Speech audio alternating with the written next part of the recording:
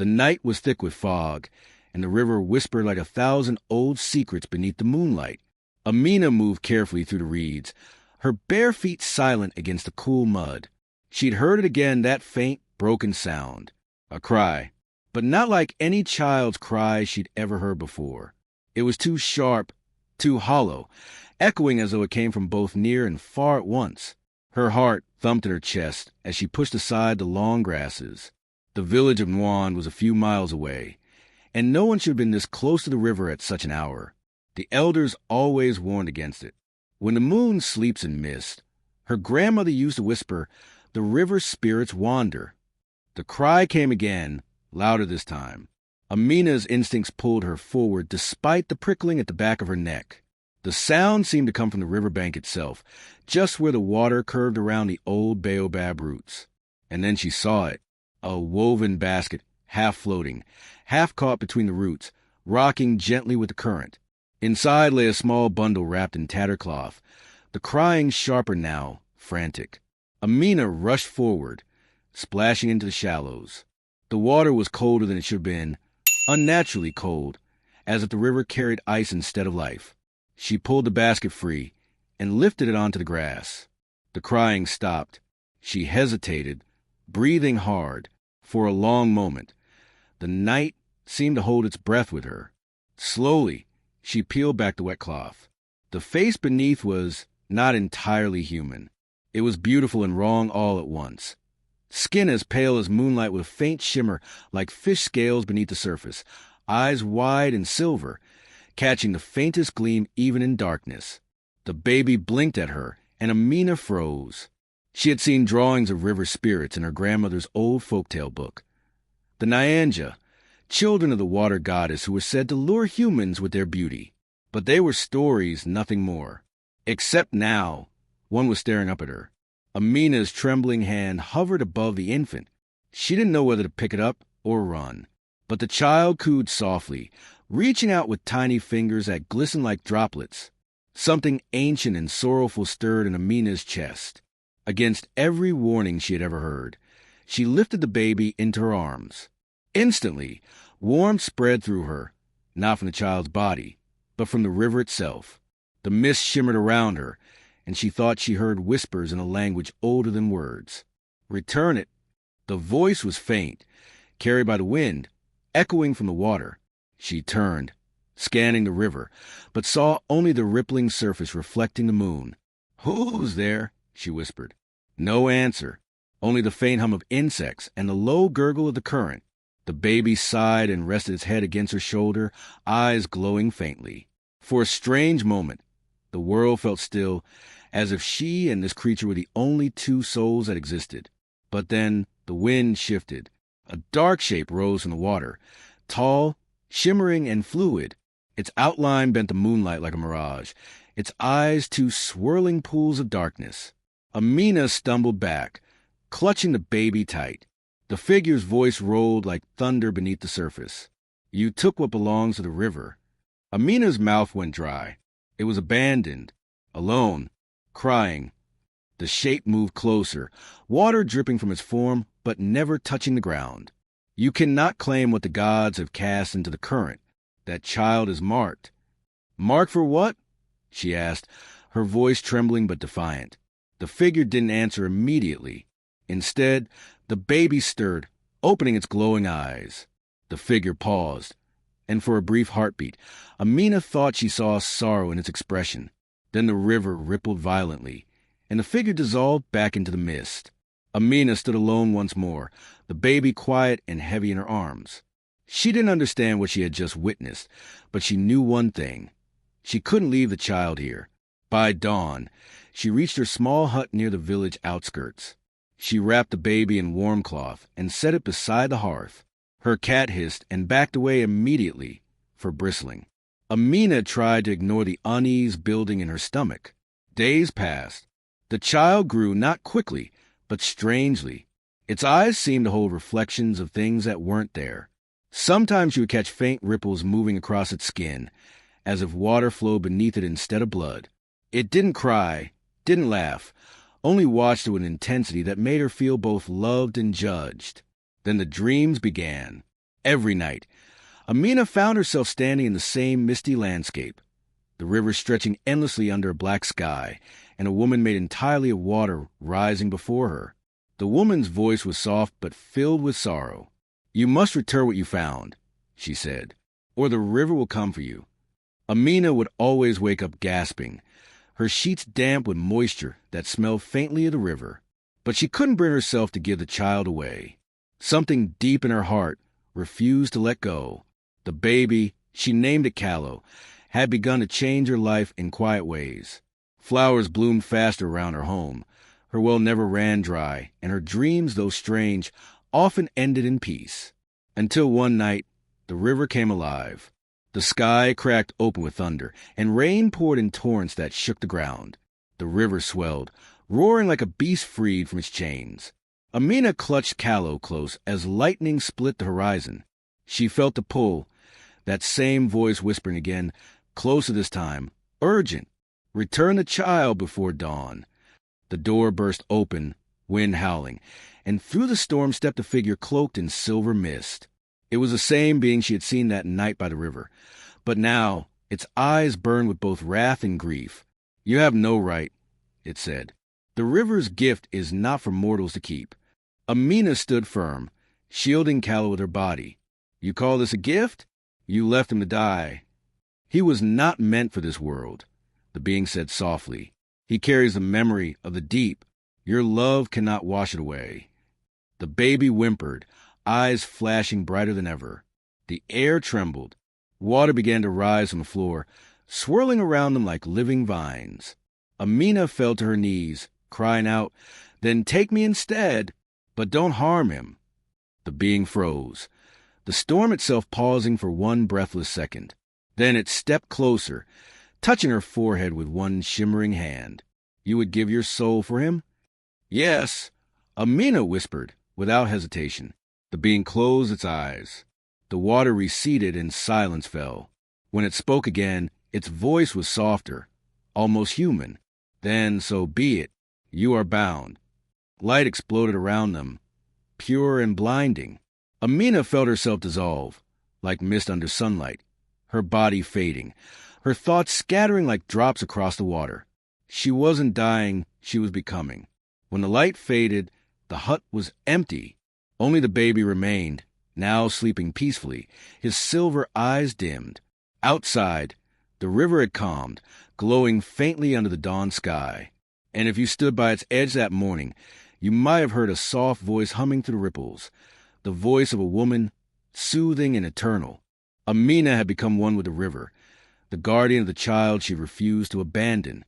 But legends in Juan began to whisper again, that on misty nights, when the moon hides behind clouds, a woman's shape can be seen walking along the riverbank, cradling a baby whose laughter sounds like falling rain. And sometimes, if you listen closely, the river seems to cry, not in sorrow, but in love too deep for the world to hold. The years slipped by quietly, and the story of Amina and the strange child from the river became a tale mothers whisper to children before bed, a warning, a mystery, or sometimes a prayer. The people in Juan spoke of the river mother, the spirit who protected the waters, and how her song could heal the wounded and bring rain to dry fields. None dared to say her name aloud, for they feared that calling her might summon the old magic that still lingered beneath the surface. But the child Callow grew, not among the villagers, but in the shadow of the forest near the river's edge, watched by eyes that no one else could see. Sometimes, travelers passing at dusk would glimpse a boy by the water, tall and graceful, skin shimmering faintly in the fading light. He would vanish before they could speak to him, melting into the mist. He was neither human nor spirit, and yet both. His heart beat with the rhythm of the river, but his soul carried the warmth of Amina's love, a love that refused to die even after she had been claimed by the waters. He felt her presence in the ripples, in the rain, in every whisper that curled around his dreams. By his 13th year, strange things began to happen around him. The river would rise when he was angry and calm when he sang. Fish gathered where he stood, and flowers bent toward his shadow. The spirits of the water whispered to him, calling him child of the crossing, the bridge between worlds. One night, as he sat by the glowing surface, the mist parted and a familiar figure emerged. It was a silver being, the guardian who had once tried to reclaim him. Time had not touched it. Its form was still made of light and sorrow. "You have grown," the being said, voice echoing like a song inside a cave. Callow rose slowly, eyes glowing faintly. "You came for me again?" "Not to take you," the being replied, "but to warn you. The river stirs. The balance between the mortal and the spirit world weakens. Your birth tore a seam between them, and soon others will come. Spirits not of light, but a hunger." Callow looked down at his hands, water swirling gently around his fingers. "Can it be mended?" "Yes," the being said, "but it will cost what remains of your humanity." He turned toward the mist, where the reflection of the moon shimmered like a silver eye. "Then I will give it. My mother gave hers for me." The being tilted its head, almost in sadness. "You do not understand. Once you cross, there is no return. You will belong to neither side. You will become the river itself, endless, watchful, and alone." Callow's voice was quiet. "Then let me be the river." The being extended a hand, but before it could speak again, the waters surged violently. A dark pulse rippled through the current, something ancient and cold. The silver light faltered, and the being's form wavered. "They have awakened," it whispered. "Run." But Callow did not move, his gaze fixed on the water, which was now boiling with black mist. Shapes began to rise, twisted silhouettes with hollow eyes and faces like masks carved from darkness. They crawled from the depths, their voices like wind over bones. "We smell her blood," one hissed. "The woman who defied the gods. The boy who carries her heart." Callow's chest burned. The river around him roared, waves crashing though there was no wind. He stepped forward, bare feet sinking into the glowing silt. "You will not touch her memory," he said softly. "You will not touch this river." The shadows laughed, their forms splitting and swirling like smoke. "You are one of us, child. You cannot fight what you are." But Amina's voice rose within him then, soft, like the hum she used to sing while lighting her fire. It came not from the air, but from within his blood, within the river's song. "Callow, my son, remember the warmth. Remember love." He closed his eyes and placed his hands on the surface of the water. A brilliant blue light erupted outward, slicing through the mist. The spirit screamed, twisting and shattering under its glow. The silver being shielded its eyes, astonished. When the light faded, the river was calm again. The dark spirits were gone, scattered into the deep. But Callow was on his knees, trembling, his breath shallow. The once golden hue of his eyes had turned pale, almost transparent. "You have touched the source," the being whispered. "Too soon." Callow looked up weakly. "Then teach me. If the river is breaking, I must heal it." For months after that night, the silver guardian taught him, not with words, but through the current, through dreams and storms. Callow learned to call the rain, to soothe the tides, to listen to the songs of stones buried beneath the water. He learned that the river had memory, that every drop carried echoes of those who had lived, loved, and been lost within its embrace. And within those echoes, he often heard her, his mother, her laughter when she first held him, her heartbeat against his cheek, her final whisper as she surrendered her soul. Sometimes he spoke to her reflection, knowing she could not truly answer, yet feeling her presence like sunlight beneath the surface.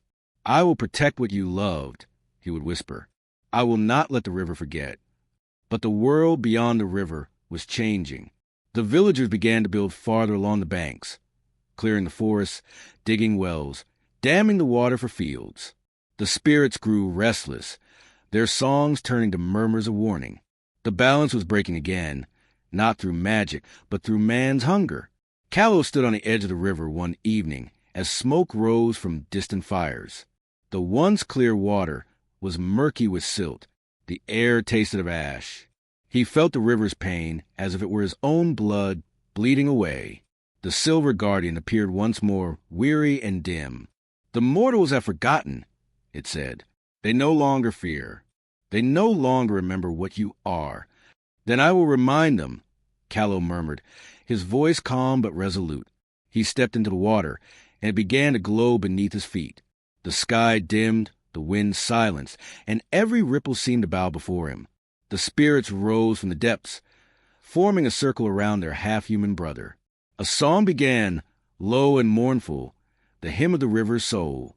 And as Callow raised his arms, the mist stretched toward the village, carrying whispers into every ear. By morning, the people awoke to find their wells overflowing with clear water again, their crops glistening with dew, but also a warning carved upon every doorframe, a single word written in river silt: remember. From that day onward, offerings returned to the water's edge. Children were taught to bow before the river before fishing or bathing. They spoke once more of the river mother and her son, the guardian who walked between the worlds. The seasons turned endlessly, and the river carried time like breath, constant, unseen, eternal. Centuries slipped into memory, and the village of Nguyen grew into a town, then into a place touched by the noise and iron of modern hands. Roads replaced pathways, lights drowned the stars, and yet the river remained vast, patient, alive. Few remembered the stories anymore. The younger ones laughed at the old tales of spirits and mothers who became mist, but the elders, their eyes heavy with knowing, still left small offerings at the riverbank: a calabash of milk, a coin, a flower. For in their dreams they still saw her, the woman whose song had saved them all. One evening, as the sun bled into the horizon and painted the river gold, a young woman named Nyasha stood by the bank. She had never believed in the legends. Her mother had told her, the river only takes, it never gives. And perhaps that was true, for the river had taken her father when she was only 5. The current had swallowed him whole, and all that returned was his fishing net tangled in reeds. But that evening, something in the air felt strange. The water shimmered in unnatural hues, sapphire, silver, and green, and she felt an ache deep within her chest, like something ancient stirring. She crouched near the edge, dipping her fingers into the cool current. "If you are real," she whispered, her voice trembling. "If the stories are true, show me." For a long moment, there was silence, only the soft hum of crickets and the gentle splash of water against the stones. Then a ripple, slow and deliberate, spread outward. The wind stilled. The river glowed faintly beneath the surface. Nyasha's breath caught as she saw a reflection that wasn't her own. A woman stood in the water's mirror, her hair floating like dark silk, her eyes glowing faintly blue. The vision's beauty was haunting, ancient, sorrowful. "Who are you?" Nyasha whispered. The reflection smiled faintly. "You have my eyes." Nyasha stumbled backward, her heart hammering. "What do you mean?" The river shimmered, and the woman stepped closer, her form breaking into light and droplets that swirled into a figure, human and spirit at once. "I am what remains of Amina," the voice said softly, carrying both warmth and eternity. "And you, Nyasha, are my blood." The young woman shook her head. "That's impossible. My family has lived here for generations. Yes, but—" "You carry the river's mark," Amina said, touching the air just before Nyasha's cheek. The contact was like a cool flame, both soothing and terrifying. "When I gave my soul to save the child, part of my spirit stayed behind. The river carried it forward through blood and time, through every daughter born near its edge. You are its echo." Nyasha's knees weakened. "Why are you showing yourself to me?" "Because the river bleeds again," Amina said, her voice now trembling like a storm within calm waters. "Your world forgets balance. It burns the forest, poisons the streams, silences the songs that once kept the spirits at peace.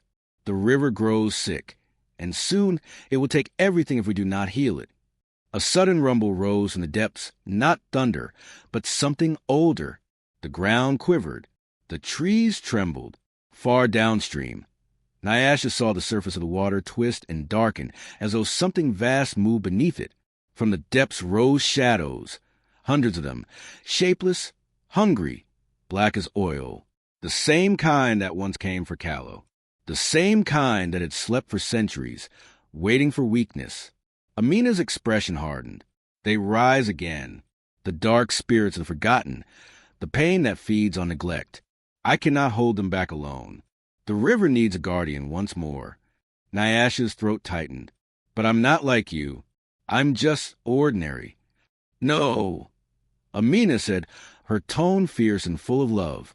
You are the river's promise. You are what my love became. A voice, deep and resonant, echoed from the mist. The water swirled violently, and from it emerged another figure, tall, glowing, with eyes like liquid silver. His presence was both terrifying and beautiful. Callow, Nyasha gasped, recognizing him from the carvings that adorned the oldest shrine near the hill. The boy of the river, the forgotten guardian. He looked at Amina first, and 1,000 unspoken years passed in a single glance between mother and son. Then his gaze fell upon Nyasha. You carry her blood, he said quietly, and her courage. The shadows behind them roared, surging forward like a storm. Amina turned to Callow, her form flickering. Together, she whispered. He nodded once. Together. Amina raised her hands, and the water obeyed. Callow closed his eyes, summoning light from deep within the current. But as their powers merged, Nyasha felt a pull, a heartbeat sinking with the river itself. The water beneath her feet rose, swirling into a spiral of light, and she realized it wasn't just them. The river was calling her. Her veins burned with a strange warmth, her vision blurring as the sky split with blue lightning. Amina's voice echoed faintly through her mind. The river chose you, child. Don't fight it. Flow with it. Nyasha took a step forward into the water. The instant her skin touched the current, she felt everything. The pain of polluted streams, the laughter of children long dead, the song of fish, the cries of trees. The river wasn't just water. It was memory, life, and sorrow woven into one endless being. The darkness surged toward them, shrieking. Callow's light flickered, and Amina's song turned into a desperate wail. Nyasha, trembling, raised her arms, and the river answered. It exploded upward in a column of blue fire and silver mist. The spirits screamed, their shadows dissolving like smoke in sunlight. The air trembled, and the earth seemed to bow. The water turned luminous, brighter than the moon. In that moment, Nyasha saw everything. Amina smiling, holding baby Callow, the old village in Wan shining under starlight, the generations that had lived and died by this river. It all pulsed through her veins. She became part of it. The river's pulse, its grief, its hope. The storm lasted until dawn. When the first light touched the water, silence fell. The air smelled clean, pure. Birds began to sing again. Where Nyasha had stood, the river flowed peacefully.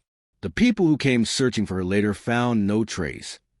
Only a new island of wildflowers blooming where she had vanished, the petals glowing faintly like embers.